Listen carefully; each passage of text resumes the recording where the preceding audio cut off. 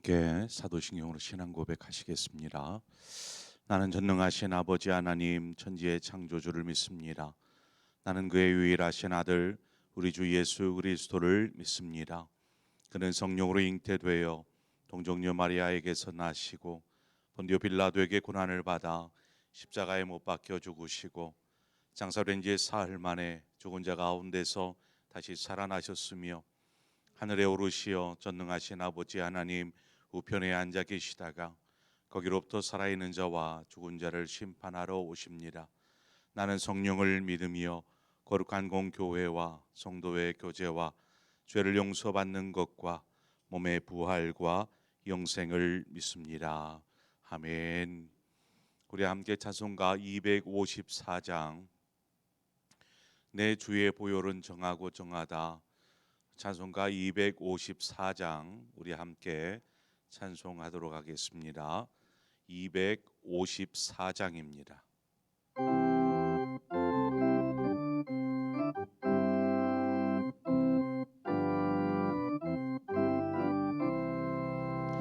내 주의 보혈은 정하고 정하다, 내 죄를 정케 하신 주 날 오라 하신다. 내가 주께로 지금 가오니 십자가의 보혈로 날 씻어 주소서. 약하고 주해도 주께로 나가면 힘 주시고 내 추함을 곧 씻어 주시네. 내가 주께로 지금 나오니 십자가의 보혈로 날 씻어 주소서. 날 오라 하심은 온전한 믿음과 또 사랑함과 평안함 다 주려 함이라. 내가 주께로 지금 나오니 십자가의 보혈로 날 씻어 주소서. 큰 죄인 복받아 살 길을 얻었네. 한없이 넓고 큰 은혜 베풀어 주소서. 내가 주께로 지금 나오니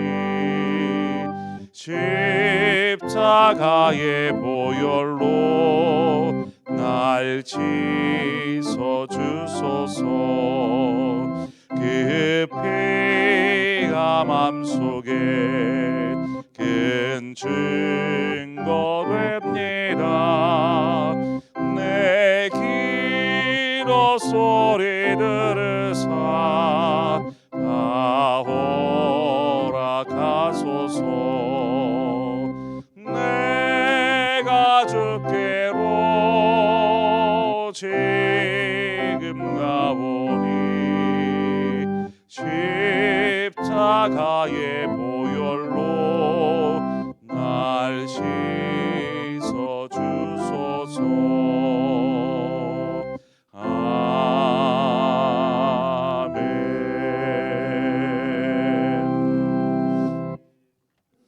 하나님 말씀 보겠습니다. 사무엘상 7장 3절에서 6절의 말씀입니다.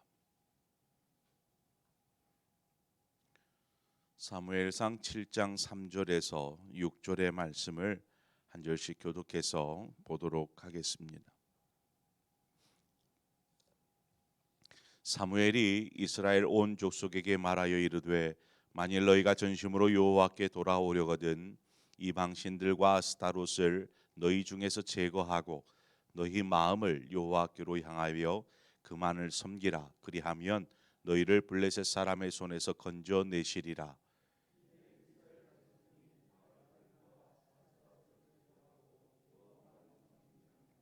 사무엘이 이르되 온 이스라엘은 미스바로 모이라. 내가 너희를 위하여 여호와께 기도하리라 하매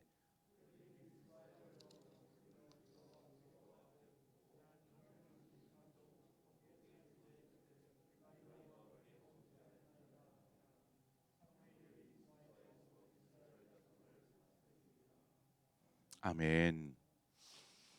우리가 기도 중에 회개한다라는 그러한 말을 많이 사용합니다. 회개한다. 여러분, 회개한다라는 것은 일반적으로 우리의 죄를 용서해 달라라고 하나님께 아뢰는 것을 먼저 우리가 생각할 수 있죠.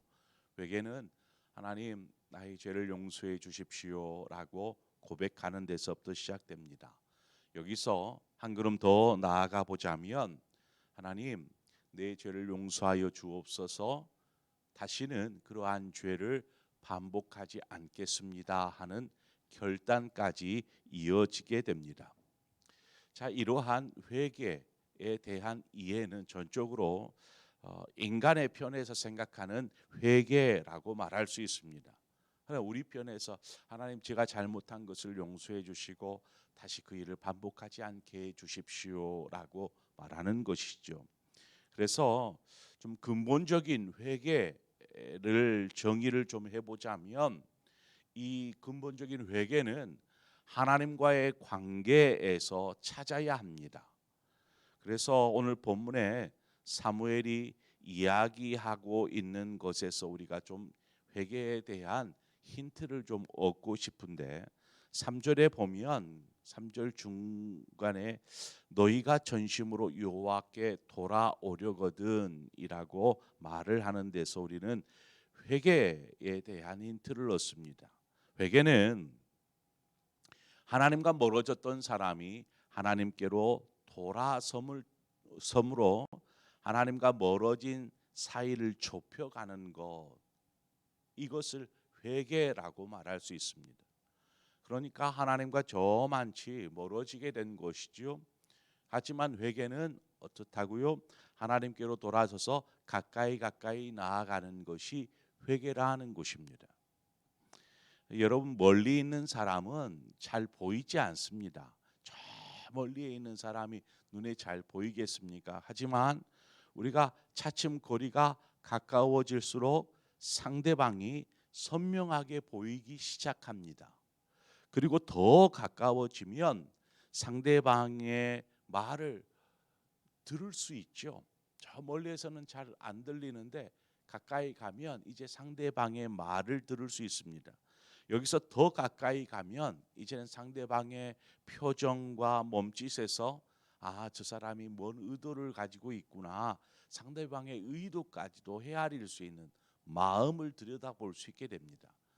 그러니까 거리가 얼마나 가까이에 있느냐, 얼마만큼 멀어져 있느냐, 여기에서 두 사람의 관계가 정리가 되어지는 것처럼 하나님과의 관계에서도 마찬가지입니다.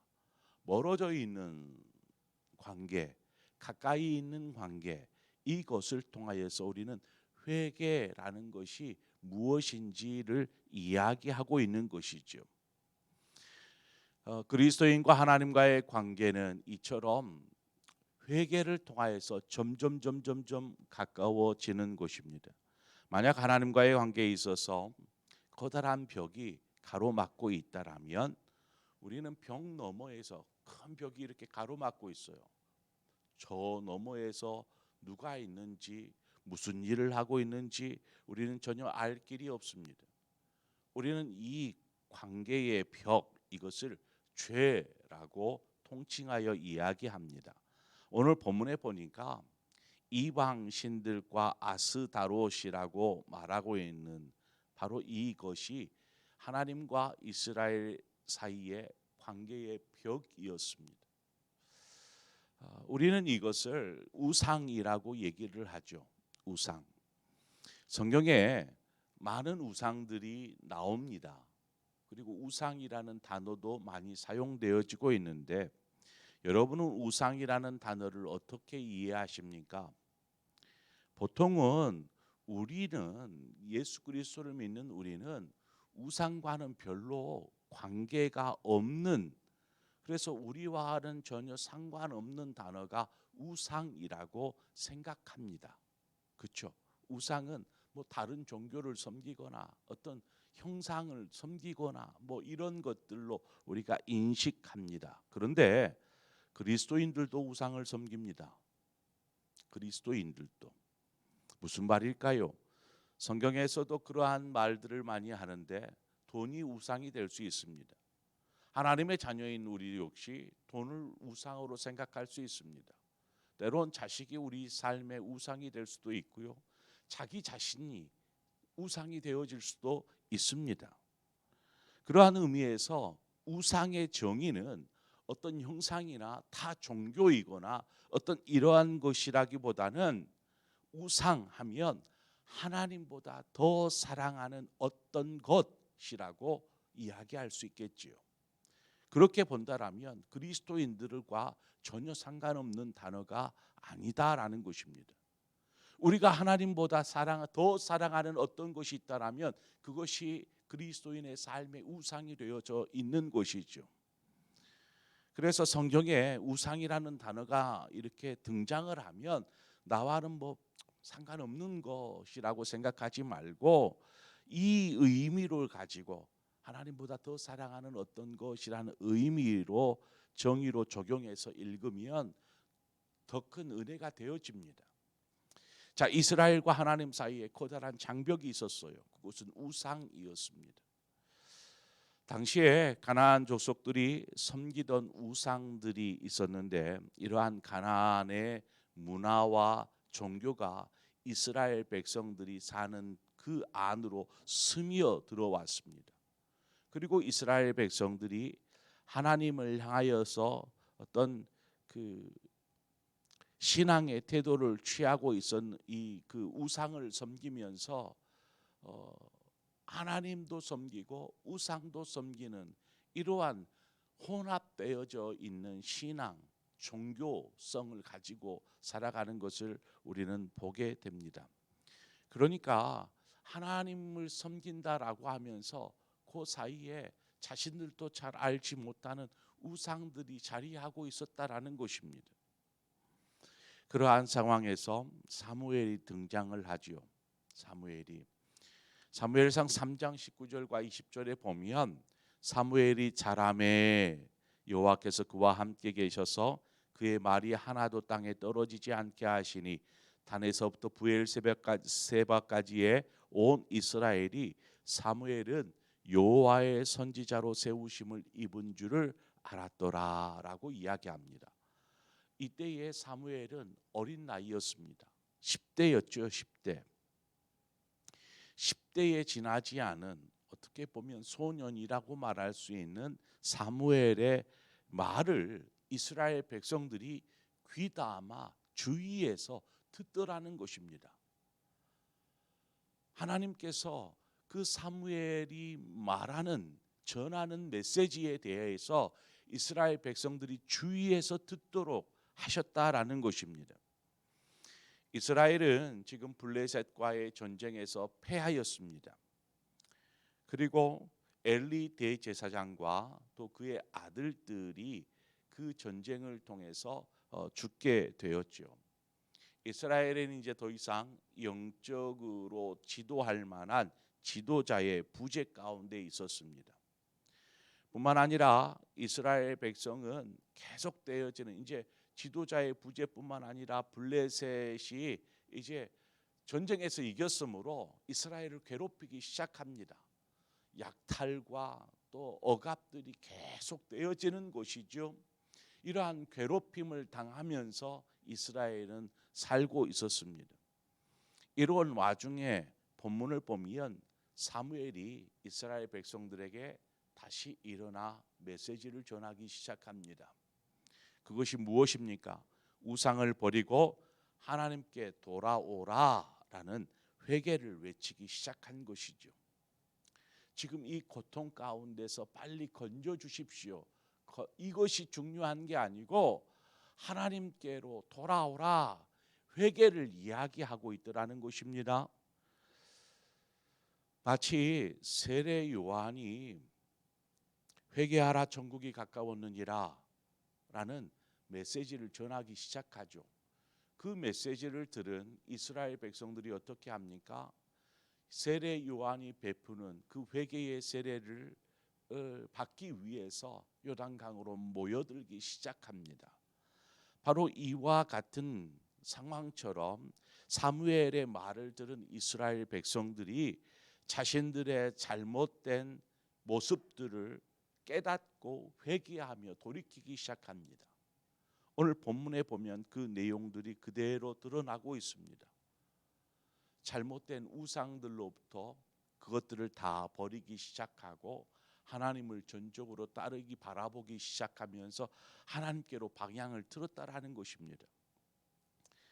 4절에 보니까 이에 이스라엘 자손이 바알들과 아스다롯을 제거하고 하나님만 섬기니라.